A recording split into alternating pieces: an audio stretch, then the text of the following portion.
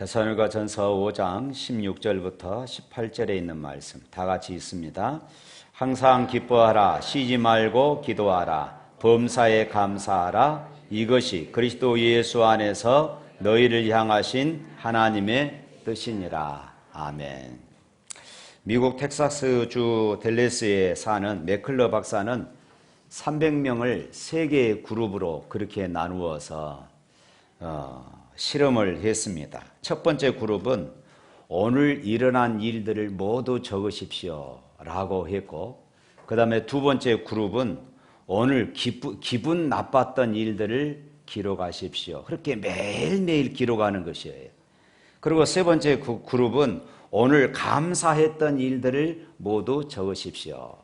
이렇게 세 그룹이 하루하루를 지내면서 그렇게 날마다 기록했던 것입니다. 3주 후에 결과를 보니까 이 그룹이었던 기분 나빴던 일들을 적은 사람들은 다른 때들보다 친구들과 더 많이 다투었고 연인과 헤어지기도 했으며 위장병이 생기기도 했답니다. 그런데 세 번째 그룹, 이 감사했던 일들을 적은 사람들은 3주 후에 지난 3주 동안이 가장 행복했다, 이렇게 표현을 했습니다. 스트레스도 거의 받지 않았고 병이 난 사람도 없었으며 모두가 다 활기가 넘치는 그런 생활을 할 수 있었다고 그렇게 답했습니다. 맥클러 박사는 그 실험 결과 다음과 같이 결론을 내렸습니다. 감사하는 사람은 스트레스를 잘 받지 않는다. 또 감사하는 사람은 다른 사람보다 더 행복하다고 느껴진다. 또 감사하는 사람은 힘이 넘치고 병이 잘 걸리지 않는다. 또 감사하는 사람은 다른 사람에게도 기쁨을 준다. 감사와 불평은 바이러스와 같아서 다른 사람에게 전염시킨다. 이렇게 결론을 맺었던 것입니다. 여러분, 이런 말이 있습니다. 기적 때문에 감사하는 것이 아니라 감사하기 때문에 기적이 일어납니다. 행복하기 때문에 감사하는 것이 아니라 감사하기 때문에 행복해지더라. 할렐루야. 기쁨 때문에 감사하는 것이 아니라 감사가 기쁨을 만들어내는 것입니다. 감사하며 살아갈 수 있기를 축복합니다. 오늘 본문은 범사에 감사하라. 이 말씀은 우리가 너무나도 잘 알고 있고 우리가 자주 들었던 말씀입니다. 다시 말해서 좋은 일에도 감사하고 힘든 중에서도 감사하라, 이렇게 말씀합니다. 성공해도 감사하고 실패해도 감사하라는 것입니다. 그런데 사람들은 조건을 따지지요. 감사의 조건을 따져요.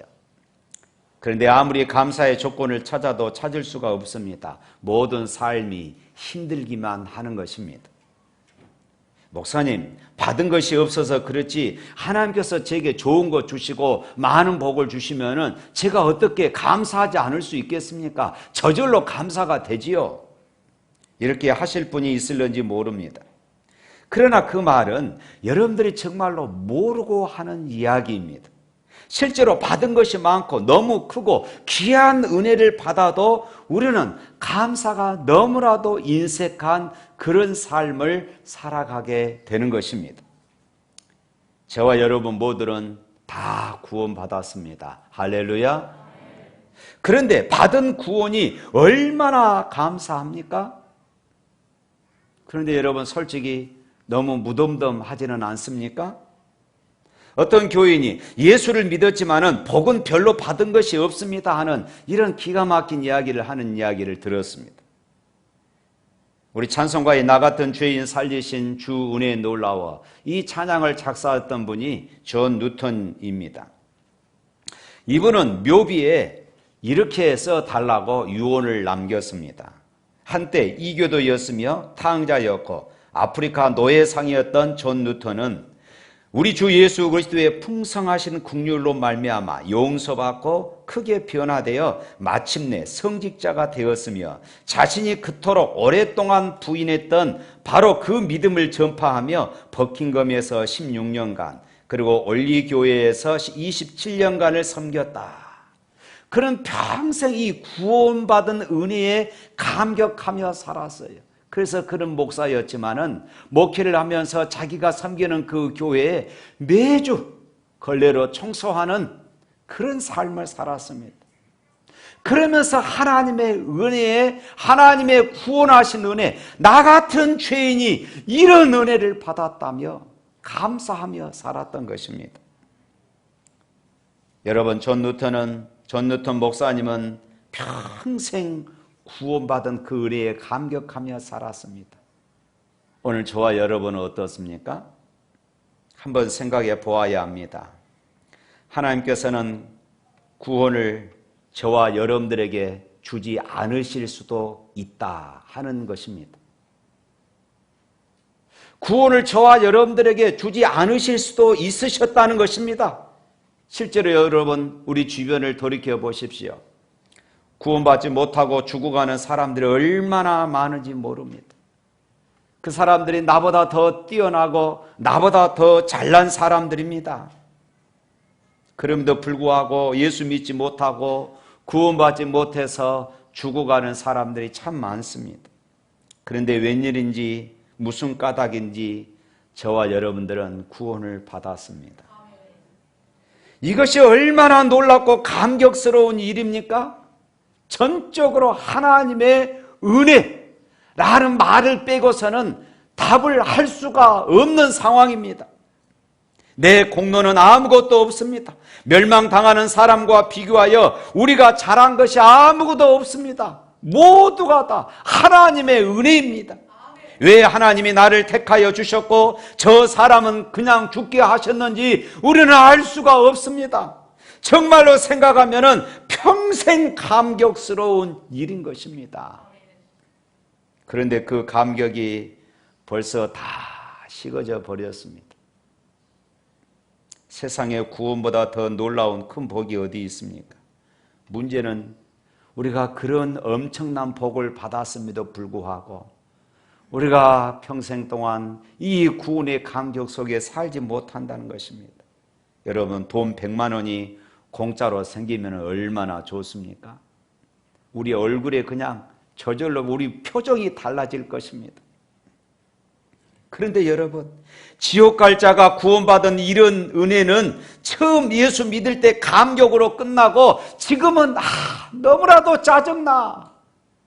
남편이 이래서 짜증나고 자녀들이 이래서 짜증나고 부모가 이래서 짜증나고 환경이 이래서 짜증나고 직장이 이래서 짜증나고 우리는 하나님의 은혜에 대해서 감격하고 찬송하는 삶이 아니라 주변의 환경들을 바라보면서 늘 감사를 잃어버리고 짜증난 이런 삶을 살아가고 있는 사람들이 얼마나 많은지 모릅니다.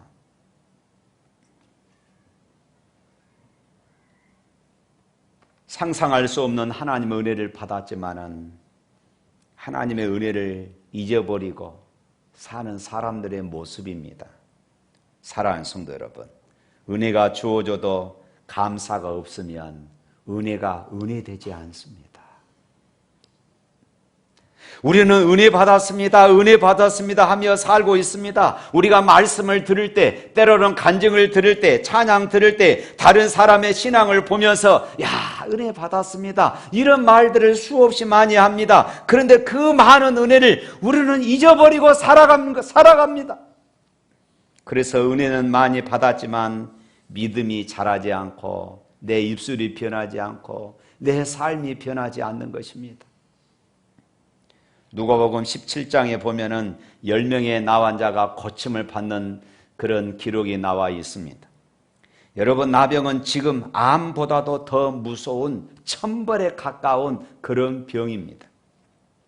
그런 나병을 고쳐지지가 않습니다. 불치병입니다. 그런데 예수님께서 고쳐주셨습니다. 세상에 이보다 놀라운 은혜가 어디 있습니까? 그런데 기가 막힌 것은 10명의 나은 자들이 고침을 받았는데 그 중에 한 사람만이 예수님께 돌아와서 자신의 고침받음에 대해서 감사했다는 것입니다. 그것도 유대인들이 사람 취급하지 않는 사마리아인이 예수님께 나와서 감사를 드렸다는 것이에요.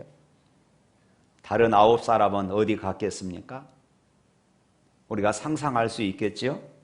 나병에 고침받은 것을 알고 펄쩍펄쩍 뛰면서 좋아해서 집으로 아마 달려갔을 것입니다. 그리고 자기 가족들에게, 식구들에게, 또 부모를 만나고 내가 고침받았습니다. 또 친구를 만나서, 이웃 사람들 만나서 내가 고침받았습니다.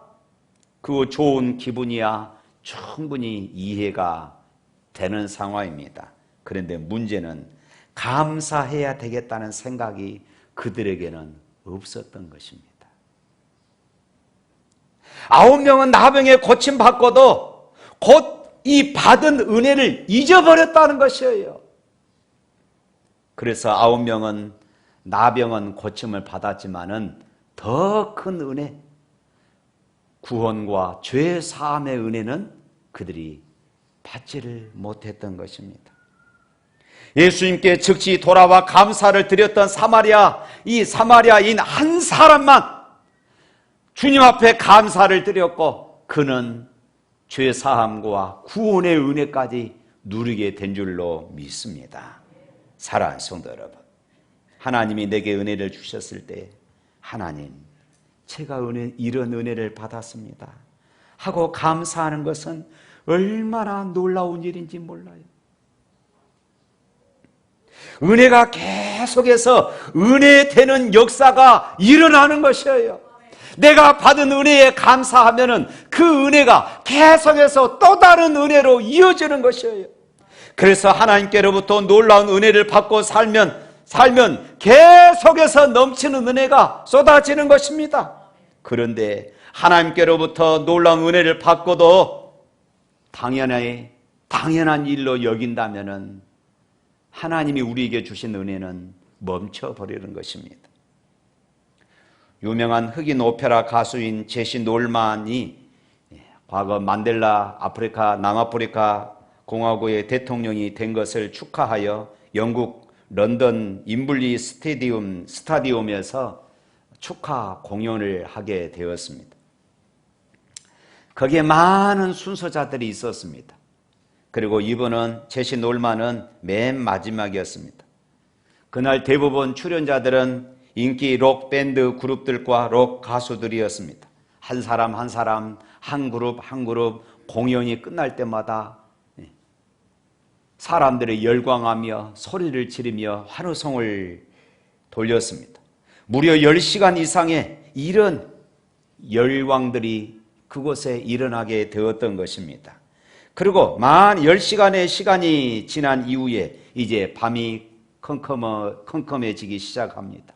어둠이 찾아오기 시작해요. 마지막 순서인 제시 놀만이 이제 스포트라이트를 받으면서 무대에 등장하게 되어집니다. 그녀는 한동안 미동도 하지 않고 무대에서 두 손을 모으고 있었습니다. 잠깐 그는 기도한 것입니다. 잠시 후 그녀는 반주도 없이 아카펠라로 천천히 노래하기 시작했습니다. 그녀의 노래는 뜻밖의 찬송가였습니다. 죄의 노예가 된 인류를 구원하신 예수 그리스도의 은혜를 찬미하는 그런 찬양이었습니다. 전직 노예상이었다가 회개하고 구원받아 노예 해방을 위해 일하면서 복음을 전하는 전도자, 아까 말씀드렸던 존 누턴의 그런 찬양이었어요. 나 같은 죄인 살리신 주의 놀라워 잃었던 생명 찾았고 광명을 얻었네. 7만여 명이 모인 그 장례에는 숨소리 하나 들리지 않을 만큼 아주 조용해졌습니다. 3절이 시작되다 여기저기서 사람들이 그 잊혀졌던 그 찬송을 함께 따라 부르기 시작했습니다. 이제껏 내가 산 것도 주님의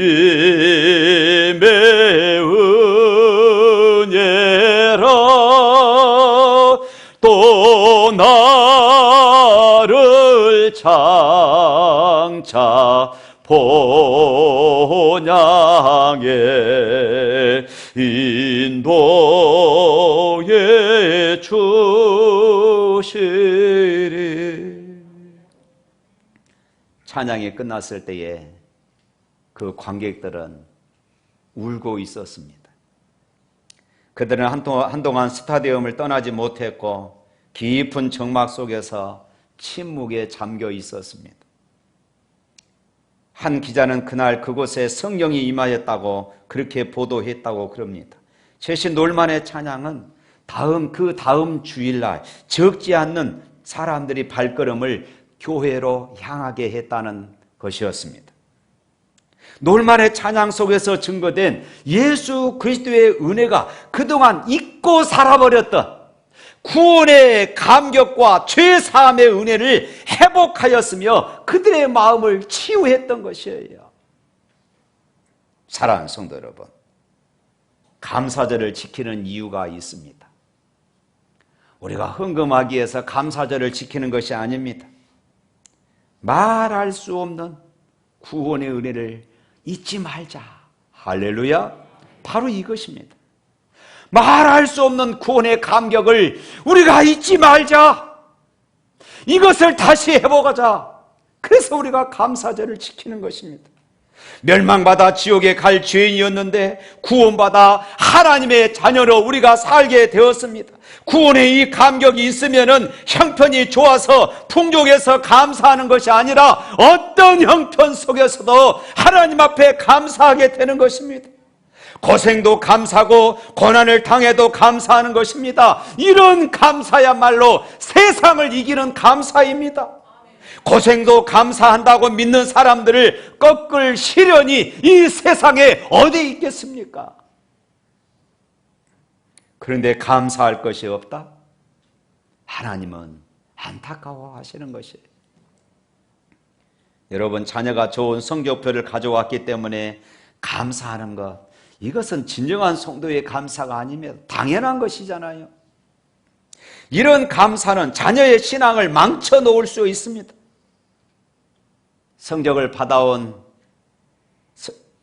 아들에게 너 다음부터 이런 성적 받아오려면 엄마라고 부르지 마라.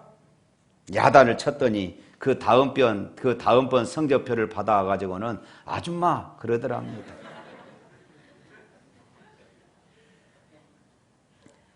자녀가 있다는 것 그 자체가 감사합니다. 가정이 있다는 것 그 자체가 감사해요. 자녀가 있고 부모가 있다는 것 자체가 감사합니다. 코로나19 시절에 내가 직장을 가지고 있다는 것 자체가 감사합니다. 내가 무엇인가 할 수 있는 일이 있다는 것 자체가 감사합니다. 오늘 본문은 항상 기뻐하라, 쉬지 말고 기도해라, 범사에 감사하라. 그리고 그 이어서 하는 말씀이 이것이 그리스도 예수 안에서 너희를 향하신 하나님의 뜻이다. 하나님의 뜻이라고 했습니다. 저는 어려서부터 이 말씀을 너무나 많이 들었지만은 좀처럼 납득이 안 되는 그런 말씀이었습니다. 어떻게 항상 기도하고 어떻게 쉬지 않고 어떻게 항상 기뻐하고 어떻게 쉬지 않고 기도하며 어떻게 범사에 감사할 수 있겠는가? 감사도 논리적으로 할 수 있습니다. 돈을 많이 벌어서 감사합니다. 병을 고침받았기 때문에 감사합니다. 집을 사서 감사합니다. 자녀가 좋은 대학에 들어가서 감사합니다. 취직해서 감사합니다.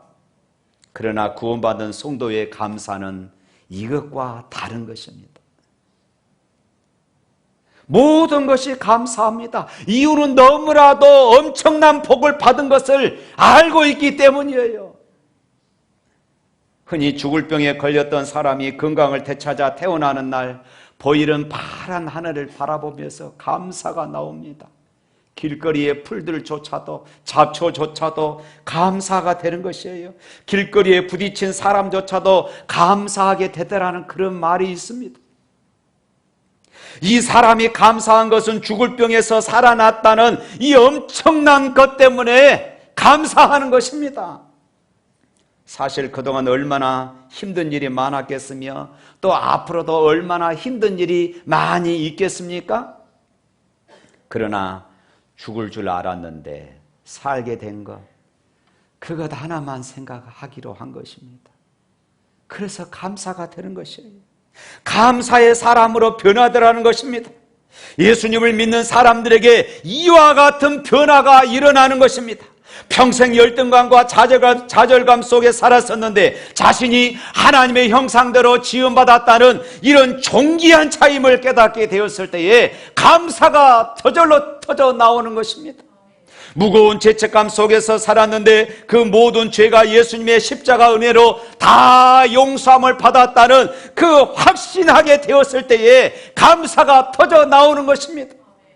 철저히 자아중심 죄의 종노다하고 살았는데 이 사람이 예수님과 함께 십자가에서 이미 죽었음을 알았고 이제 예수님이 자기 인생의 주인 되었으며 우리에게 영원한 생명을 주셨음을 깨닫게 되었을 때에 감사가 터져 나오더라는 것입니다. 무엇보다도 예수님이 내 마음속에 계시고 나와 언제나 동행하신다는 사실을 깨닫는 그 눈이 열리니까 감사가 되더라는 것입니다.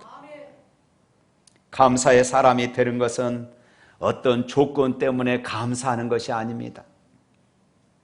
모든 것이 감사하는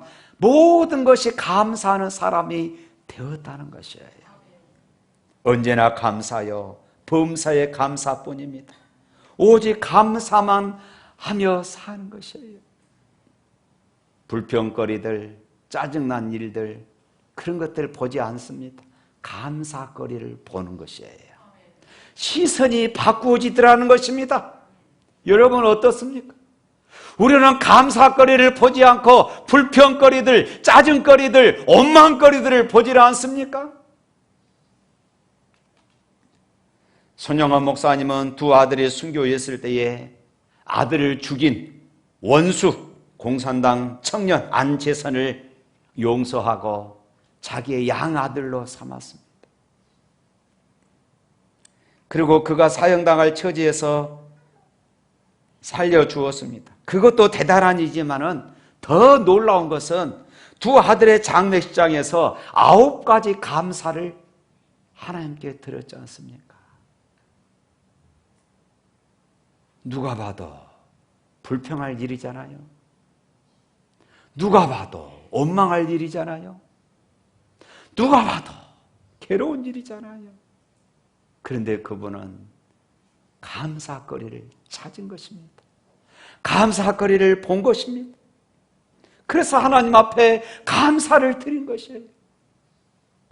다윗은 시편 23편 1절에 여호와는 나의 목자시니 내가 부족함이 없으리로다 고백합니다. 그렇습니다.